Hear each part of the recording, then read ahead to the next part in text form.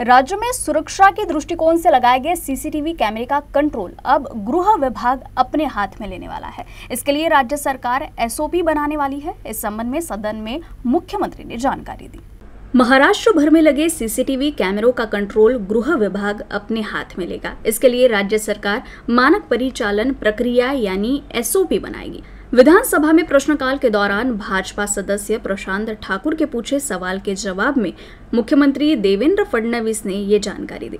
मुख्यमंत्री ने कहा कि सीसीटीवी कैमरे के रखरखाव और मरम्मत में लापरवाही बरती जा रही है, इसलिए राज्य सरकार ने एसओपी बनाने का फैसला लिया है। फडणवीस ने बताया कि रायगढ़ और रत्नागिरी जिले में 357 सीसीटीवी कैमरे लगाए गए हैं। इनमें से 1/3 यानी 116 सीसीटीवी कैमरे बंद है।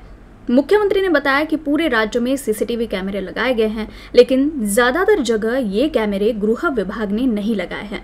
उन्होंने कहा कि उचित रखरखाव और मरम्मत के अभाव में ये कैमरे अक्सर बंद हो जाते हैं। इसके लिए राज्य सरकार एसओपी बनाएगी।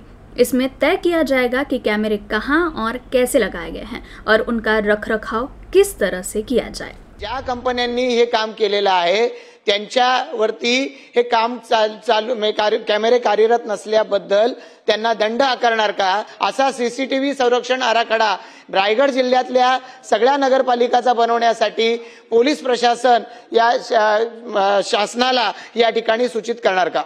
राज्यमंत्री मोदयांनी अतिशय योग्य उत्तर दिलंय। मी केवळ एवढंच सांगू इच्छितो की कालच्या बैठकीमध्ये आम्ही हा निर्णय केलेला आहे की आज कोणीही कुठेही कॅमेरे लावतं आणि मग त्याचं मेंटेनन्स कोणी करायचं हे माहित नसतं, कुठल्या फंडातनं लागले हे माहिती नसतं आणि म्हणून याच्या संदर्भात एकत्रित एसओपी आम्ही याची जाहीर करणार आहोत।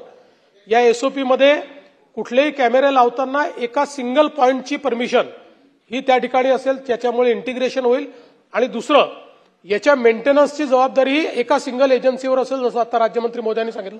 समजा होम विभागाने केली तर पोलिसांकडे असेल किंवा त्याचा एक निर्णय आम्ही करू, पण सध्या तरी आम्ही पोलीस म्हणतो। आणि याच्यामध्ये फायनान्स मिनिस्टर साहेब या ठिकाणी आहेत। सातत्याने प्रश्न हा येतो की कॅमेरे लावणं सोपी आहे, पण मेंटेनन्स करता पैसे कुठनं द्यायचे, तर त्या संदर्भात आता आपण असं म्हणतोय की डीपीसीच्या माध्यमातून त्याच्या मेंटेनन्स करता पैसे देण्यात यावे।